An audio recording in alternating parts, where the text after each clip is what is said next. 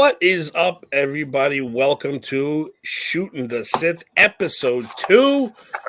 I am very, very happy that you are joining us on this wonderful Thursday evening, on the eve of one of the greatest days in Star Wars history. That is the debut of the book of Boba Fett, which we've all been waiting for, not just for months, not just for years, probably about 40 years we've been waiting for this show to come out. I am Mr. Tim Tabala today, and Droopy McCool with me is my tag team partner from Just Too Sweet. He is the host of the A to Z program, the greatest talk show host on the internet today. If you don't know, now you know. Mr. Eric Zant, Darth AZ. What's going on, brother? Not much, man. I'm happy to be here shooting the Sith. I'm a Star Wars fan, as you know, and I'd like everybody to know that. And I'm looking forward to this, man, because like I said, Star Wars is one of my favorites. So yeah, I'm into it. I love this. And you know what? I'm going to throw you under the bus right away. Do it. I'm going to throw you under the bus right off the bat. I'm going to throw everyone under the bus for their first time on the show. Movies. There's 9 Skywalker movies, they're called.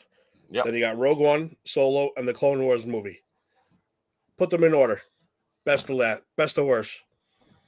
If you haven't seen the Clone Wars movie, I understand, and most people have not.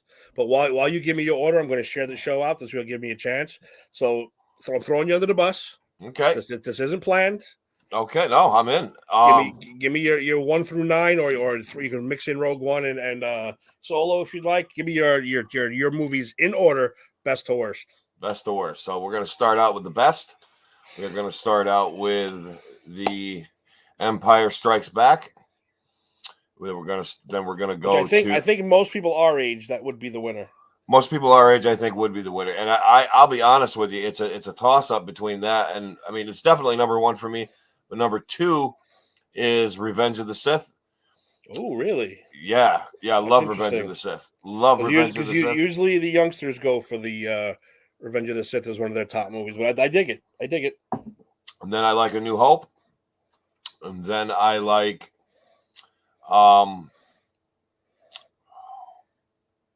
the second it'll be episode I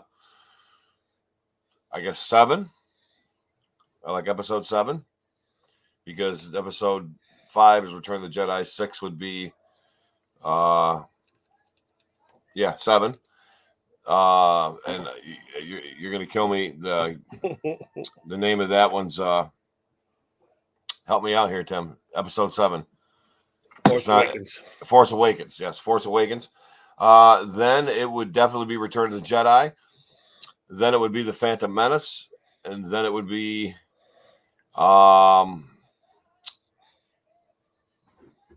it'd definitely be Rogue One.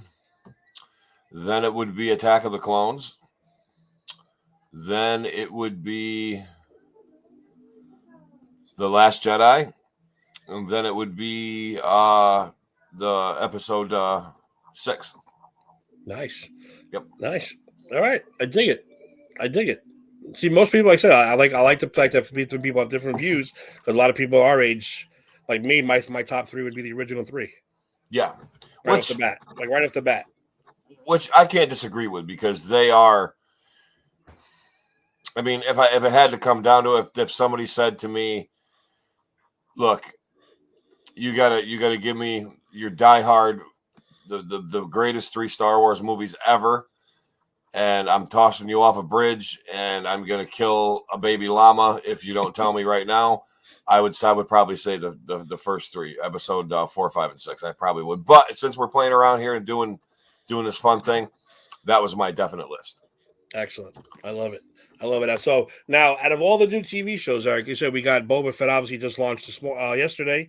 We have the Obi-Wan Kenobi show. We have an Ahsoka show. We have Disciples coming. We have Cassian Andor TV show coming. Of all these shows, which one are you looking forward to the most? Or is Boba actually the one you were looking forward to the most? Boba was the one I was looking forward to the most.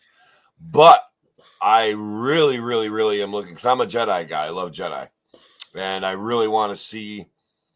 I agree. Yeah. Well, I broke 27 copyright rules the other night. So I mean, it's just. Which I thought we would do a lot more. I got to be honest with you. I thought we would have a lot more than that. I did too, Tim. I'm actually surprised and a little disheartened because I really thought we were going to go for 50. But no, Boba Fett I was absolutely looking forward to the most, and Kenobi I'm really looking forward to too. But I'm also looking forward to Ahsoka and the what was the last one you said? Endor? Cassian Andor. Yep. I'm looking forward to that. Just to be honest with you, man, this is something that like for you and I, excuse me, we like in our heads as kids and as we grew up, we kind of had all these like envisioning all these expanded things and these different stories that could go on, and like this is just like a treat for us because this is making it all come true. This is exactly what we wanted. So I'm just really happy that it's all coming into television. So, I agree. That's I agree 1,000%. Nothing really heavy in Star Wars news this week. I was going to throw out some news out there, but this is the biggest news story going on right now, which is okay with me. So let's just jump. I say we jump right into it, man. Let's do it. Because first episode, chapter 1, Stranger in a Strange Land. This episode begins the only possible way a Boba Fett television show could begin.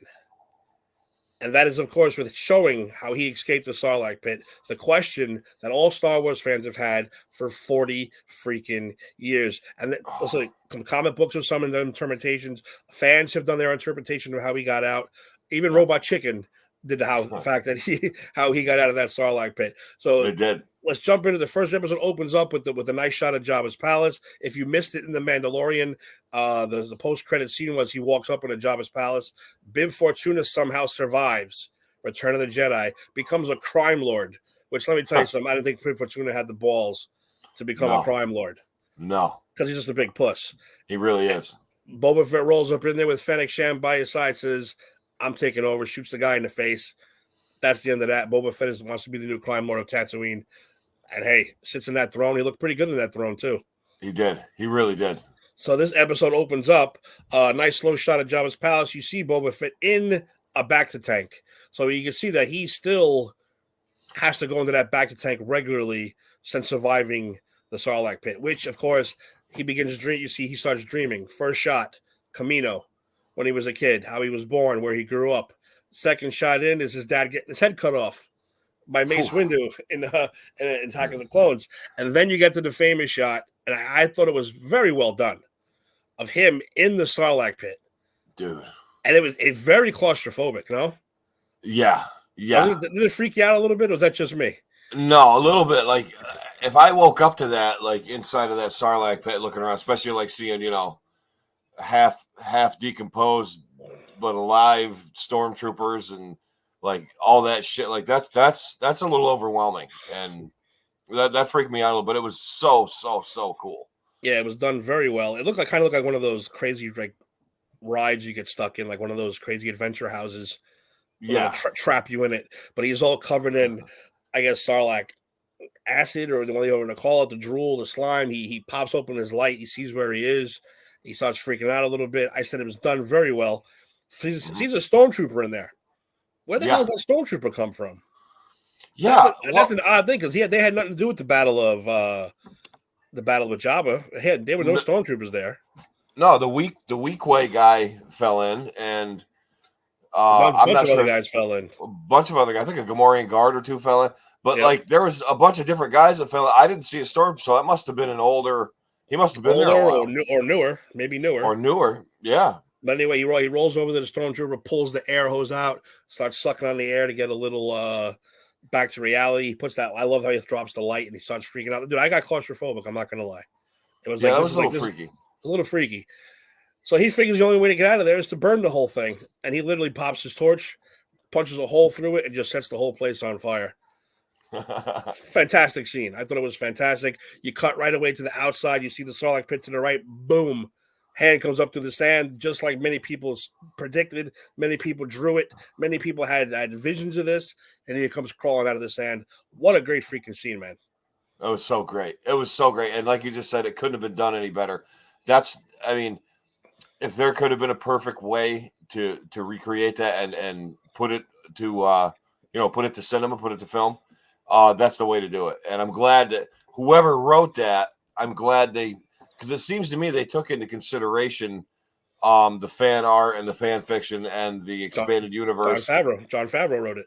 Yeah, so he did a really good job. He's doing this justice, man. Like, I'm surprised because I was a little skeptical when I found out he was doing Mandalorian, and he's doing it all justice, man. I mean, it's almost like he's been wanting to do this his whole life. Like, he's really pouring a lot into this. He can tell he's a fan. Yeah. Him, Dave Filoni, all fans. And this episode was directed by Robert Rodriguez, by the way, who does make an appearance in the episode. And he's another one, a huge fan since he was a kid. Mm-hmm. And that's why these shows, I think, are going to be very successful. They're not hiring outside people anymore. They're hiring fans. Robert Rodriguez, and whoever, a bunch of other ones that are going to come popping in. They said Dave Filoni finally got his shot at directing a live action show. I can't, I'm just so excited about that. Anyway, I am too.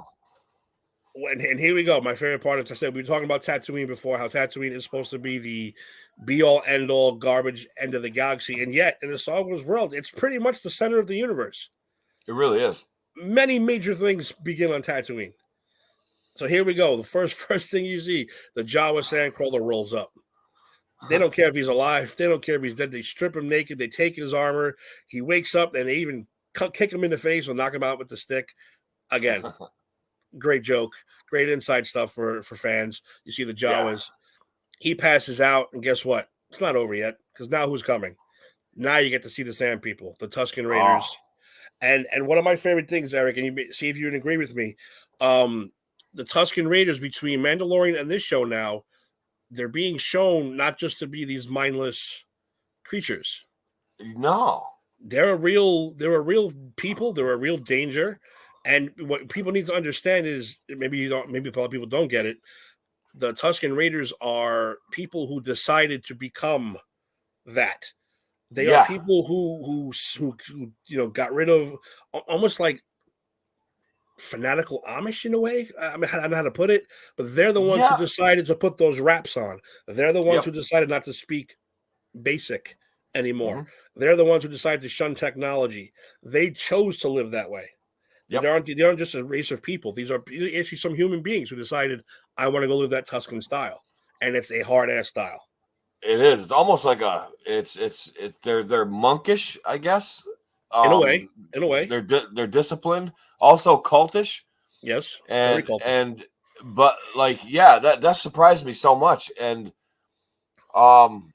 they're more organized, than people thought they were. They're not, like you said, they're not just mindless brutes and savages that roam the desert. They're organized. They have a way of life. They have a way of thought. They have their actions are all deliberate. They know what they're doing, and they know how to do it. So and not to get like political, but they're kind of like the Middle Eastern people, to where they do what they do to live their lifestyle, and if you interfere with that, they don't care. They'll kill you. They'll take you. They'll torture you. They'll do what they need to do. Yep, and I agree. I love the fact that we're getting to see that side of it. Not only that, I said we'll get to that in this episode.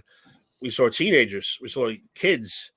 Doing trials to become leaders of a Tusken Raider tribe. And we have a little kid basically who Boba Fett saves, and he becomes a man, so to speak. Yep. It's almost like a rite of passage. Yeah, that's basically because who else puts a kid in charge of 2 slaves to go out and find water? Tuskens, because they're like, if you come back alive, you'll be like a man. That's basically what it is. But even before we get to that, the Tuskens show up. They kidnap Boba. They take him. They tie him up. He looks to his left, and there's a good old friend, a Rodian. As we know, Greedo from the episode 4 was a Rodian, and these things, Rodian. and they're a rat group of people. Oh, they're fucking awful. They're awful people. And he was an orange one. He was an orange one, or reddish orange. Yeah, he was pretty. There's all different colors. That was multi. You know how the multi-universe is going to work. Yeah. Even in Star Wars now, you can't just have a green guy. It's got to be orange and blue and and purple and You can't have one color Rodian anymore. Light pink, It's not the 70s anymore. Can't get away with that. Can't get away with that shit anymore. So so now we find Boba Fett all. Wait, Alex, what's up, brother? Alex here is my tattoo artist and a very good friend of mine. Alex. He's responsible for 99% of my artwork on my body. Alex, thank you so much for joining us. You have to be Thanks, on the Alex. show eventually, and you are correct. The flashback scenes are fantastic, Oh, and that's they're what we're awesome. getting into. Yeah. So anyway, yeah, so he's about to escape. I love the little sand people dog. I forgot what they're called off the top of my Yeah, head. I had the action figure of them. Actually, a Tuscan came with one of those, I think. In Back, the later ones, he came with it. Yeah, yep, and like I want to call it the Power of the Jedi line, I think, or it might have even been Attack of the Clones, that line of toys. But I remember I had one of them. yeah. So that was a bad. And so he Boba Fett gets one of the little dog. I'll call him a dog. Comes over. He escapes. The He's a dog. Rodian rats him out. Of course, he gets Hmm. recaptured. Gets tied up. Boom. We cut now to the title. And now we cut to Boba Fett waking up in the back of the chamber of Fennec Shen, who is the assassin from the Mandalorian, who our Mandalorian good friend Din Djarin in that season took her out. Boba Fett Yep. saved her, gave her a nice little metal body, little nice metal waist, saved her life, and now she is Boba Fett's right hand woman, and she is a badass. Yep. She is a badass. When she, well, you're going to get into it. She had a pretty epic scene in this first episode. Yep. So we cut to the current time, and Boba Fett is getting. You guys, I love the fact that we got dressed Vader style. The droids dressed him, put the armor on him, put the helmet on, and there he is sitting. And each guy that has to come in and pay tribute. Tell me about that scene. Well, how'd you like that scene with all the guys coming to pay tribute? That was cool. I dug that, and I kind of thought that one dignitary dude, the guy that came on behalf of the mayor, the governor, the mayor of Mos Espa. Is that what it was? Yep, the mayor of Mos Espa. Yeah. And he started being a dick, and I'm like, oh man, this isn't gonna go over well. So I figured they would venture into Mos Espa, and I figured they would land into a little trouble because he doesn't act like a typical crime lord. He does in the fact that he's like a badass, but he's like a different crime lord, and he's not. They're not. You're gonna get into it. They don't like carry him around and do everything for. You know what I mean? Like he walked on his own behalf. So that was I really like the cool. fact that the first two guys that paid tribute, one was an Aqualish. That's the name of their species, and I actually have his name right here. They gave him a name, and I can't even pronounce it. Garflaquox. He's played by someone who was Din Djarin's stunt double in The Mandalorian, so he's been around. Oh wow! He paid tribute with a nice bunch of money. Okay, that's respectable. You understand? The next guy who comes in is a Trandoshan, who, as we know from Empire Strikes Back, that's Bosk, the big reptilian-looking guy. They are They are known as Wookiee hunters. So what does he bring Boba Fett as tribute? Wookiee fur. Who the hell did he kill? What Wookiee did he kill to bring that fur in as tribute? I thought that was a great scene. I said, especially if you know the species, the Wookiees and the Trandoshans do not like each other at all. They're like polar opposite. Like I said, and they're known for killing Wookiees and taking their pelts. So the fact that he got a Wookiee pelt was like, whoa, that is one cool goddamn scene. That is. And I really liked that a lot. I thought that was really, really cool. Also, one thing we forgot to mention, Boba Fett's got himself some bodyguards. Two Gamorreans. Yep. Which, again, from Return of the Jedi, you remember they were the Gamorrean guards. Luke choked two of them out. One fell into the Rancor pit. And we got to see them in The Mandalorian also as fighters. And it's pretty badass in this one, too. He got eaten by the Rancor, right? Like, yeah, one of the Gamorreans got eaten by the Rancor. So, but it's good to see them actually be a little thinner because they were real fat in Return of the Jedi. Yeah, they were almost like Venice Beach Gamorreans. Like they were almost shirtless and they kind of looked like California-ish. So these guys, California Gamorreans, I like that. Yeah, they're a little more buff, a little more buff in this universe. A little more buff, a little more clean. Yeah. No, I like it. I dug it. We move on to again. Fennec Shan says you should let them carry you. He says you ain't carrying me. No one's carrying me. I'm going to walk. Nobody. They walk into Mos Espa. They walk into this what can only be considered as a bar, a club, a lounge. Yep. Someplace very beautiful. Not what you expect to see on Tatooine. That's for goddamn sure. No. And then they walk in, and there's the first major old cameo. And I had to confirm that it was him, our old friend, the Blue Elephant from Return of the Jedi, Max Rebo, playing the piano. It was Max Rebo? And it's actually Max Rebo. Somehow he escaped the sail barge and continued his musical career. And there he was playing his piano. And I was very excited. I get very excited over stupid things, Eric. And that was No, one of the things I was very excited about. I did too. I told Lauren, I said, there's the guy from the band from the Return of the Jedi, and she even mentioned that the one guy looked like one of the Cantina. He was a Bith from from the original. The Bith, yeah. They teamed up together to be a cool ass band. Yeah. So Max Rebo, very excited to see Max Rebo. I went right online. I was like, dude, I gotta get a Max Rebo t-shirt. I gotta find me a Max Rebo shirt. I had to figure. I did too. Yep. I did too. But he basically just called the Blue Elephant back in the day. Yeah. If you didn't know his name. Size Noodles, whatever, yeah. Size Noodles, Droopy McCool, and Max Rebo Rebo. The Max Rebo band. Yep. So it's good to see him back. I'm very excited. Definitely. That's probably, and I hope that's just the first of many, many cameos we're going to see. Because I hope it doesn't peak. I hope it don't peak at Droopy at Max Rebo, because that would be very upsetting. Me too. But we do get to see one of our first guest stars, Jennifer Beals, known from the L Word, known from Flashdance, known from many stuff back in the day, is the Major Domo of the Twi'lek. She is the one who comes in on behalf of the mayor, and Boba Fett tells her, I'm in charge now, basically. I'm not here to rule by fear. I'm here to rule by respect. I'm here to be, just respected. Yeah. And they take their helmets and they fill them up with a nice big chunk of change. Ooh, there's a lot. And they're using Republic credits, by the way. Are there Republic credits? If you remember Watto back in the day said, we don't take Republic credits out of here. Well, apparently they do now. No, they do, yeah. I was going to say, because they did look like Republic credits. Yeah, after the fall of the Empire, I guess they're like, oh, we got to use Republic credits. So that's what they're using. Anything you want to say, Eric, right now up to this point? Anything catches your eye? Anything you thought was pretty cool? I thought the whole bar layout was cool. Like I said, Size Noodle or Max Rebo was great. I don't want to keep calling him Size Noodles. Yeah, that was great. And I liked the Bith guy. I always liked the Bith, the band, like the swinging, the jazz guys, they're so awesome. Cool. Yeah, that was like, I got excited for that. Like I said, Lauren even said like, oh, it's a Cantina guy from the Cantina band. And so she even noticed, she's a Star Trek,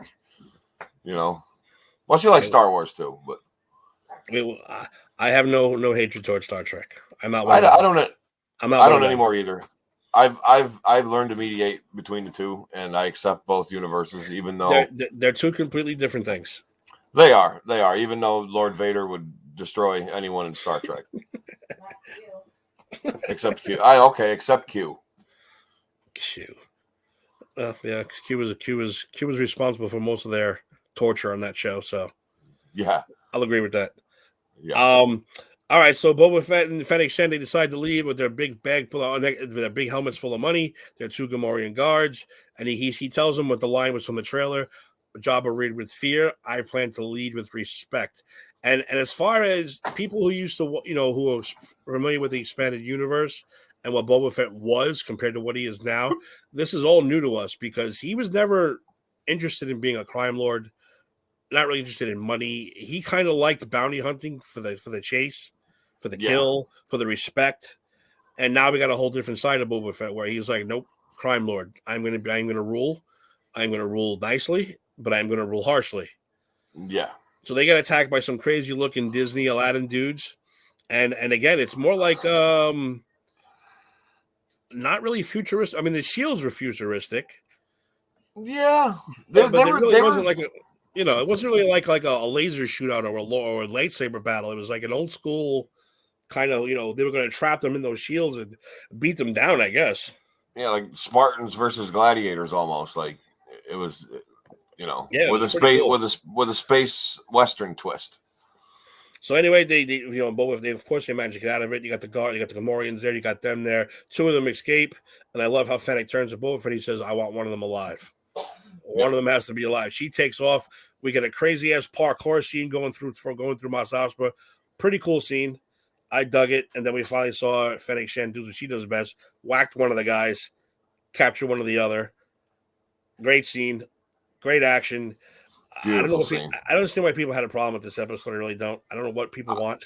Anymore. I don't either. I thought it was no. No, dude, it was such a fantastic first episode. Yeah, well, then we said we cut right to them. Now we're back in the past again. He's back stuck with these Tusken Raiders, Boba Fett. And again, like we talked about before, this little Tusken youngling on what has to be like him learning how to be a man has to take Boba Fett and the Rodian out into the desert and dig for water. They come across a homestead. Kind of looks like Luke's. I don't think it is. I don't think it was the Lars homestead, even though it looked just like it. And It did look just like it. And we see the pirates that were mentioned in Mandalorian season 2 taking all the water, taking all the money, beating up the residents of that house. Whoever it was, might have been Lars Homestead, it might not have been. That hasn't been confirmed yet. So we see those pirates again. I think they're going to be a heavy duty part of this episode. I think Boba Fett's going to get them because they're going to be in his way. Yeah, they're gonna cross paths. Somehow they're gonna cross paths. So that's going to be great. So anyway, the youngling has them digging for water, and the Rodian stumbles upon what I can almost call a Jason and the Argonauts type praying mantis thing. Yeah, it was like a miniature version of the Kraken from the original Clash of the Titans, kind of. Yes, that's what I thought too. Part praying mantis, part Kraken. Part Goro from Mortal Kombat with the freaking arms and everything. Goro from Mortal Kombat, yes. So, Eric, tell me about that scene. How'd you like that? So how cool was that? Well, first, I was shocked because when the Tusken was motioning for them to dig, and I'm thinking to myself, what are they digging for? And then, because I'll be honest, I was unaware of this, that you could find those little melon things filled with water. I didn't know that. I didn't know either because what Luke's farm is a moisture farm. What do they farm? They farm water. Water. That's what they do. Because you're on a desert planet. Those evaporators take as much moisture they can from the sky and it creates water. That's all they do. They don't grow food or nothing. They grow water. But yeah, apparently these little pellets contain water somehow. That's crazy. But it's almost a nice tie-in because the misnomer that Han Solo gives Luke when they're taking off, he's like, this ain't like dusting crops, boy. I wonder if there's stuff that they grow to get more water. I'm sure there is. Yeah. It's got to be. Yeah, because the moisture, that's what all the things, the moisture evaporators just get water out of the sky. It sucks every bit of moisture just to create water. That's Uncle Owen's business. Water. He makes water, brings it into town, sells it for money. Yep. Oh, people pick it up. He's the Tatooine moonshine guy. Yeah, basically. And I said it just comes down to water, which is hysterical when you think about it. But how cool was this praying mantis? Look, I haven't got a name for this creature yet. Oh, you can't find one. I thought he was badass. I thought he was badass. I did too. I was scared for those guys because I really thought he was gonna. I thought at least the Tusken and the Rodian were done, but the poor kid, right? The poor kid, but he got saved by Boba Fett. So, and Boba Fett reminiscence of choking out a Jabba the Hutt. He choked out this thing, killed it, and our youngling took his head home, back to the tribe. And my favorite scene is this kid carrying that head, screaming, and all the Tuskens are all happy to see him and all proud of him, and probably telling him you're a man now. But then that one Tusken in the dark robe knew it was Boba Fett who really did it, and just goes this with the water, just slowly gives it to him, and Boba Fett takes it, drinks it. So good, such a great fucking scene, such a great way to end on that episode. And real quick. I don't know how well versed you are into the expanded universe, Eric and Alex. I think you're watching. If you're still watching, you might know. There's speculation already that Tusken in the dark is Al-Sharad Het. That is a Jedi Tusken Raider, really, or a Sith Tusken Raider, or both. Right, because there was in the expanded. Maybe even in the regular canon there was a Tusken Jedi, right? He was Darth Krayt. He's a Jedi at first, and he becomes Darth Krayt, who was a Tusken Raider. He lived a Tusken life. He had the bandages. He did all that shit, and then no shit. And then he becomes a Jedi, and then a Sith. Then he becomes Darth Krayt. Now the first rumor is because that one with the dark robes is him. I cannot confirm this. I cannot deny this. Knowing how Filoni and Favreau have been going so far, I wouldn't doubt it. I wouldn't either because, as much as we're anticipating these little cameos and these little one-shot characters or reintroductions, like they're doing it so well because it's like what we're anticipating, but we don't know who and don't know what. So when they throw something at us, say like Max Rebo, or like for the expanded universe people like you and Alex and others, the Tusken who could be the Force using Tusken. So it's really cool how they do that. And they really know what they're talking about. Like I said, that's because, again, fans. Dave Filoni, fan, huge nerd. Fan. So he knows what he's doing, and he knows, and they don't, what made The Mandalorian great is they don't do it just to do it. There's going to be a reason behind it. There's a reason why these characters pop up. If that ends up becoming Darth Krayt sometime down the line, that's outstanding. That's a huge feud. That's a huge feud that could I love a clash. Yeah, that's going to be so great. Now, I know we're I want to ask us a quick question here. I know we're just only into it, this far, but do you see Mando crossing over a little bit, doing a cameo or doing an episode here and there with Boba Fett? Or do we leave Mando to Mando? I mean, I wouldn't be shocked if that was the case. I could see him hiring Mando. Yeah. Mando's free now, don't forget. Djarin is free of Grogu. He's free of that whole thing. Yep. Is he a little more soft? Maybe, but I think he can go back to his job and be good at it and bounty hunting and killing and whatever he had to do. Yeah. Grogu made him a little soft, but I think if Boba Fett's going to call him for something, it's going to be a paying job, business only type thing. I could see it. Boba Fett can't leave Tatooine. He has to stay on the ground and establish it and take over, get rid of the troublemakers, take over everything a Jabba's to become that crime lord. Yeah. So if he needs outside help, absolutely, I could see him getting the Mandalorian involved, getting Jarek involved. Yeah, and Mando's a smash and grab guy. You know what I mean? He's I'm gonna go, I'm gonna fuck him up, I'm gonna bring him back, and business is business. You know what I mean? It's like he did get a little soft with Grogu, which when we get talking to them about the Mandalorian again, there's so many things that. Now, real quick, Tim, is Mando coming back? When are we getting a season 3 of this? It is coming back. It is coming back next year. Next year, okay. Yes, it will be back. Not 2021, 2022. 2022. It will be back. Yeah. Good. And again, like you said, there's going to be no Grogu, so I'm thinking he's going to get involved in the Mandalorian War. Okay. That's what I'm guessing. I might be wrong. Where all those? You think that's where all those other Mandalorians went when they? I think they're all going to get once the Black Saber reappears and what's her name? Oh, okay, I forget her name already. I did too. I was trying to think of her name earlier. Katie Sackhoff's character. She when she starts the war on Mandalorian, I think he's going to go back and help them take control of Mandalore. Which again, if they do that correctly, imagine how awesome it was in season 1 of Mandalorian when we saw like 5 or 6 of them fighting. Imagine a whole planet full of Mandalorian going at each other. Dude, I wouldn't know what to do. I mean, especially fighting each other. Like that's going to be a different ball game here. Yeah, I can't wait for that. That's going to be that's where I'm thinking that's going to go. I don't think we're going to get any Grogu. I don't think we're going to get any none of that stuff. I think they're going to go right for the war, for the Mandalorian war. You think Grogu's gone? For now? I think for now. If we're going to see Grogu, I think he might pop up in Ahsoka. Okay. That's the only place that makes sense to me.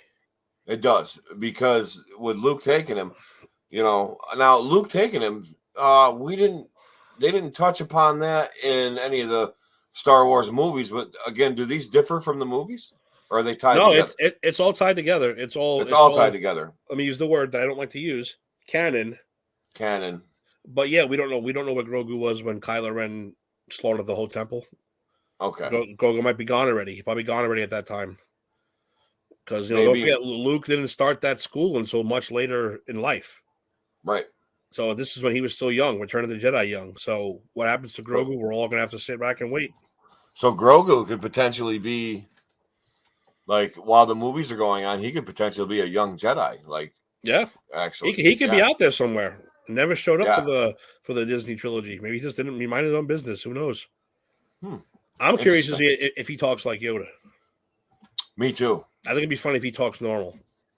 I think it would be too. It'd be or if he talked like with like a German accent or something. You know, I don't know. Like Yoda was just a weirdo who talked backwards, and he just talks normal. I Yeah. think that'd be pretty fucking funny. It But would be. again, this is all wide open. There's only 7 episodes of Boba Fett, which is kind of depressing. But that's going to lead into, like I said, the other shows. If you think a guess, Eric, what do you think Boba Fett's? Who would you like to see? You got to think about them. I'm thinking about like bounty hunters, like the real scum of the universe. I was only going to pop up on this show. I think it's going to be a crime show. It's going to be your gangster show, your that kind of thing. So we're going to see a lot of villains, I think, popping up. Who would you? Anybody in particular you'd like to see pop up in Boba Fett season 1?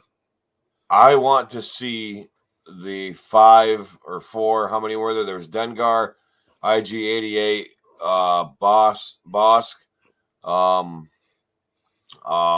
Who's the guy? Zuckuss. And Forlom. All those guys I want to see show back up again. I want to see them show up and have some kind of run-in with Boba Fett. I want to see the original bounty hunters, the OGs. Well, if you stick by canon, IG-88's dead. Right. He's gone. But the rest of them could possibly show up. Right. That'd be pretty cool. I just thought it was so cool how they were always one of my favorite parts of The Empire Strikes Back. Oh, and not only that, because they made action figures of all of them. That was so great. I had them all. So great. I did too. I love Bosk's hand because it was just a flat. You just smack people with it because it was a flat claw. You really slap people with that thing. I love that shit. Yeah. I mean that's really it for the first episode. As I said, it was a short episode. That's what everyone's been bitching about for the first week. Why does Star Wars fans have to bitch about everything? Stop bitching, man.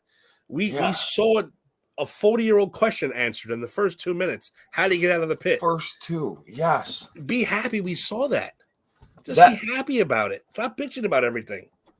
Tim, honestly, we could not watch another thing of that again and have that answered and be happy. I'd be happy with that. Tim, 40 years we've been, like I said, we've been waiting for this, And it was a quick, but it was worth it. It was, so worth it. I mean, if the whole episode was him inside the stomach, I'd be like, all right, dude, this kind of sucks. I don't want to see this. I want him out. Yeah. Get out and start doing shit. But it didn't. He was like, dude, I'm in there. this sucks. I'm getting out. He gets robbed by the Jawas. He gets taken prisoner by the Sand People. What else do you want in the first episode? I loved it. I thought it was great. And it's just gonna. I don't see how it's not gonna get better from here. I really don't. As far as I'm concerned, I think we're gonna see a lot of. If you remember from the Clone Wars, we might see some Cad Bane show up in this show. He's a nasty asshole and a bounty hunter. We're probably gonna see some Hutts. They're not going to be happy that first Bib Fortuna and now Boba's taking over Jabba's stuff. I wondered if we were going to see the Hutts come back. I think so. They're a gangster species. There's no way Boba Fett's going to get through taking over Jabba's business without having to run in with the Hutts. What was it? Gardula the Hutt was another one? Gardula was the one who sold Anakin, and his mother to Jabba, Zero was one. There's a bunch of them. That could pop their way in. So super excited about the show. Super excited about all the other shows. Super excited about this show. I'm glad whoever watched. Eric, thank you for coming on for the show. We will be coming back every single week for The Mandalorian for the next 7 weeks. What day we're going to be on, I have no. I think we're going to stick to Thursdays for this show. Yeah, Thursdays is cool because the football show will be ending soon. And I think we're going to stick to Thursdays, and hopefully we're going to have a lot of special guests. I want my boy Alex to come on. I want other people to come on. Check it out. But Eric, of course, you are always welcome on this show. Hey, man. I'll pop in as much as I can, And speaking of shows, popculturepros.com has a lot of shows. A lot of good stuff there. We have the Just Too Sweet show. That's us two, the tag team, the greatest tag team ever. host of Of the all wrestling time. show, which hopefully we're going to come back next year. We've taken a kind of a hiatus on that show, but we'll be back next year. That's only a week away. Dad joke. We'll be back with that show full thing. The Put It in the Book show is all about the Mets. You like the Mets? That's the show for you. Empire 161's about the Yankees. They are taking off the rest of the year until maybe free agency kicks back up, hopefully. And plus, baseball's on a lockout anyway. There's not much you can talk about. We have Granny's Peach Tea, comic book movies. You like comic book movies? That's the show for you. That's usually on Wednesday nights. They're about to start their Batman review, starting with Batman 66. That's next Wednesday. I will be on that show because I love Batman 66. Oh, I might have to make a cameo on one. See, I haven't been on Granny's yet. You gotta get on Granny's. You gotta get on. I've got to. I got to get with Ed and stop in one of these days. We also have We Stomped You Out about the New York Giants, which is a very depressing show. Very depressing show to watch. I'm not going to lie. Unsportsmanlike Conduct is our football show. That's a bad year for the Giants. What are you going to do? It's a depressing show. Unsportsmanlike Conduct is our all-around football show. We talk everything football. We make picks. We have a good time during that. Jader and Kyle also on hiatus. Hopefully that'll come back soon. We don't know where Kyle is. The Four Quarters show. We don't know where Dave is. We have two missing members of the crew people. We haven't seen Dave. We haven't seen Kyle. And, of course, tomorrow night, your New Year's Eve special is the A to Z program. I will be there. Eric, tell them what you're going to see tomorrow night on the show. Well, tomorrow night, Tim, we're gonna do it's almost like a thank you show, a year-end review show, year's last show. It's the New Year AZ show. And myself, who, if I'm the Johnny Carson of late night, Tim is the Ed McMahon, and Tim will be there with me. And we are going to be talking about, we're going to be freestyling. We're going to be talking about what happened this year. We're going to be talking about what's going to happen next year. We're going to be BSing, and we're just going to have a good time. And we might have, and Tim, as you know, you never know who's going to pop in and say hello. Could be Bunker, could be Conan O'Brien, could be Lauren. Could be a Sasquatch. It could be, it could be Harrison Ford. We don't know. But tomorrow night's going to be. If a Sasquatch shows up on the show, I will down a bottle of whiskey. Right on the show. Right on the show. Right on the show. Well, right on the show. You just you know where I live. You grew up here, so it's like you don't know what's happening up in those woods. That's true. But that's true. Yeah, we're gonna have a great show. I hope everybody tunes in. Our theme is gonna be Twilight Zone-ish because I'm not only just a big Twilight Zone fan, but as everybody knows, a highlight of the New Year's Eve and New Year's Day is the Twilight Zone Marathon. So in honor of that, and in honor of my fandom and my love for all things Rod Serling and Twilight Zone, we're going to have a Twilight Zone themed year-end A to Z program just for you. Tune in. You're going to love it. Like I said, I'm going to be there and Tim's going to be there, and we're just going to have a great time. We're going to knock your socks off. Awesome. And coming up on this show too, I have not forgotten. I promised it on episode 1. Me, myself, Ed, and Jason from Granny's Peach Tea are going to watch the Star Wars holiday special from 1979. That horrible show. Yeah. With being under the influence of an edible or two. So you're going to get to watch us watch that high. That's going to be so great. I am not a good high person. So either I'm going to fall asleep live on the air or I'm going to piss myself laughing. Tune in to see either one because either one of them will be worth watching, I guess. That's coming up. We're going to do a bunch of things on this show. I want to have tattoo artists. I want to have cosplayers. I want to have collectors. If you want to come on the show, you'd be my guest. Thank you very much for joining us. Eric, I will see you tomorrow night on A to Z. Tomorrow night. Ladies and gentlemen, thank you for joining us. Great show. Thanks for having me, Tim. Yeah, brother. Anytime.